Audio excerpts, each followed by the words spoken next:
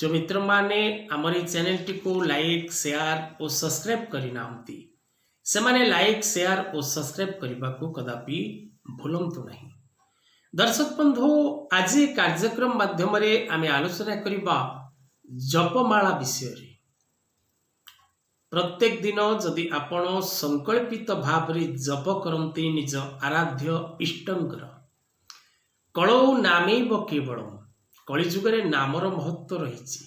आपण जदि प्रभुंकर नाम स्मरण करती प्रभुंकर नाम जप करती तेबे आपण को अनेक पुण्य फल मिलता है यह निसंदेह।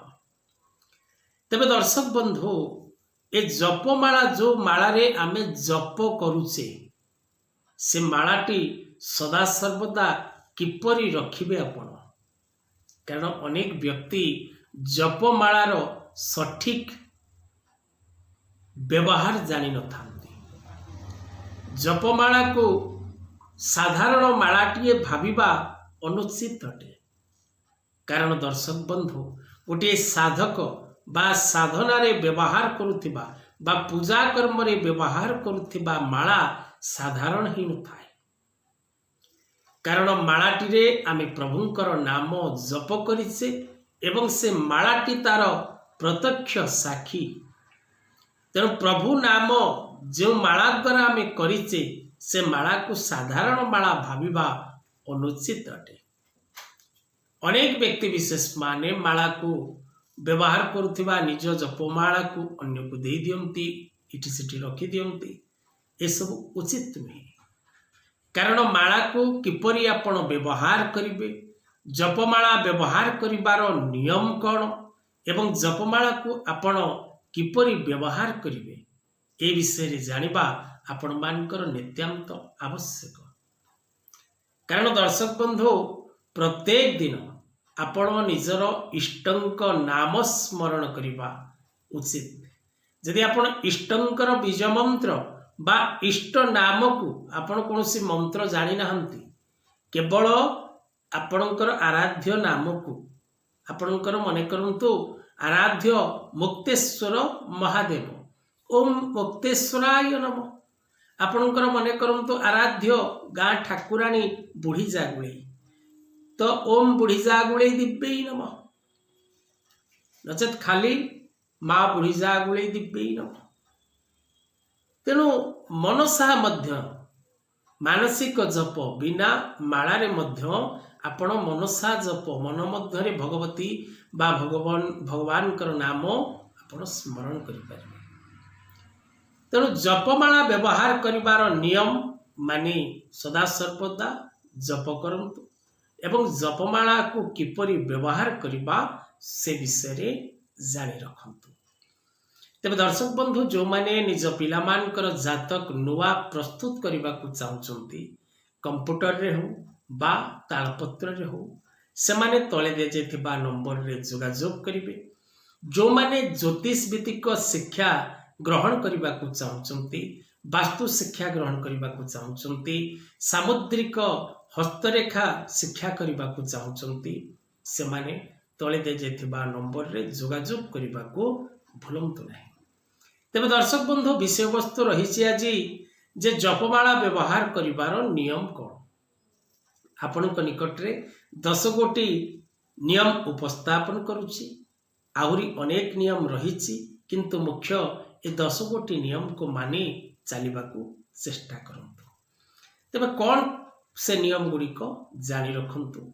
जपमाला आपण जो जपमाला रे आपणकर आराध्यंकर जप करुछंती से मालाटी को सर्वसाधारण निकट रे देखांतु नाही, अन्य को आपणकर जपमाला आपण देखांतु नाही। अन्यर हाथ को मध्य निजर जपमाला दबा अनुचित अटे। यह करिबा द्वारा आपणकर पुण्य नष्ट होता है। दर्शक बंधु मालार पवित्रता प्रति सदा सर्वदा ध्यान दबार आवश्यकता रही। कदापि आपण अशौच अवस्था बा अशुद्ध अवस्था माला को स्पर्श करंतु नाही। बाम हाथ रे जप करंतु नाही बा बाम हाथ रे जपमाला धरी କୌଣସି କର୍ମ କରନ୍ତୁ ନାହିଁ। ଅନେକ ବ୍ୟକ୍ତି ଅଛନ୍ତି ଦକ୍ଷିଣ ହସ୍ତରେ କର୍ମ କରୁଥିବା ସମୟରେ ବାମ ହସ୍ତରେ ଜପ କରିବାକୁ ମଧ୍ୟ ଭୁଲନ୍ତି ନାହିଁ, କିନ୍ତୁ ବାମ ହସ୍ତରେ ଜପ କରିବା ଅନୁଚିତ ଅଟେ। ସଦାସର୍ବଦା ନିଜ ଦକ୍ଷିଣ ହସ୍ତରେ ଆପଣ ଜପ କରିବାକୁ ଚେଷ୍ଟା କରିବେ। ମାଳାକୁ ସଦାସର୍ବଦା ନାଭି ଉପରକୁ ରଖିବାକୁ ଚେଷ୍ଟା କରିବେ। ନାଭି ତଳକୁ କୌଣସି ମାଳା ରଖି ଆପଣ ଜପ କରନ୍ତୁ ନାହିଁ। ବିଶେଷ କରି ଆପଣ ଅନେକ ବ୍ୟକ୍ତି ଅଛନ୍ତି ବସିଥିବା ଅବସ୍ଥାରେ ନିଜ ପାଦ ପାଖକୁ ନେଇ ମାଳା ଗୋଡ଼ ପର୍ଯ୍ୟନ୍ତ ଜପ କରି ଚାଲନ୍ତି, ଏହା ମଧ୍ୟ ଅନୁଚିତ।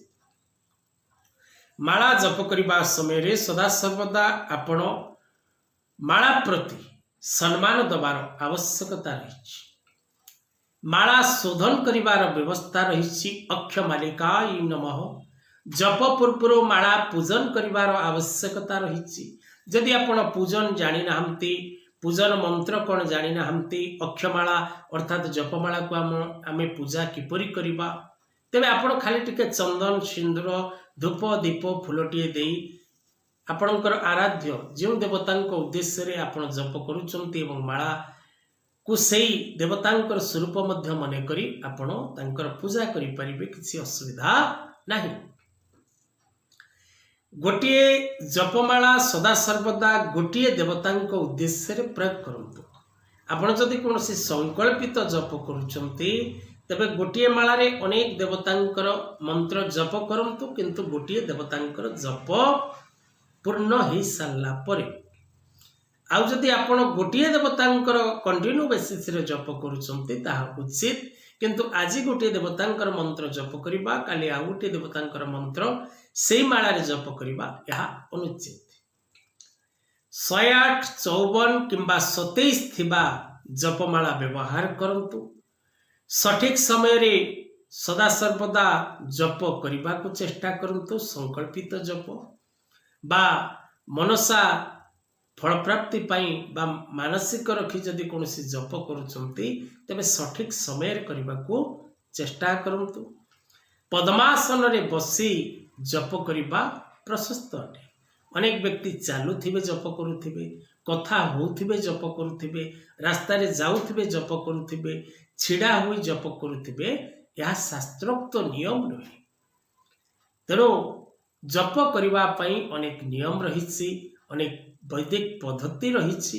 ପ୍ରତ୍ୟେକ ଜିନିଷକୁ ବୁଝି ବିଚାରି କରିବାକୁ ଚେଷ୍ଟା କରନ୍ତୁ, ଅନ୍ୟଥା ଶୁଭ ଫଳ ପରିବର୍ତ୍ତେ ଆପଣଙ୍କୁ ଅଶୁଭ ଫଳ ମିଳିବ, ଯାହାକି ଆପଣଙ୍କ ପାଇଁ ଅଶୁଭ କାରକ ହେବ। ଆଜିର କଥାବସ୍ତୁକୁ ଏଇଠି ରଖିବା। ଜୟ ଜୟ।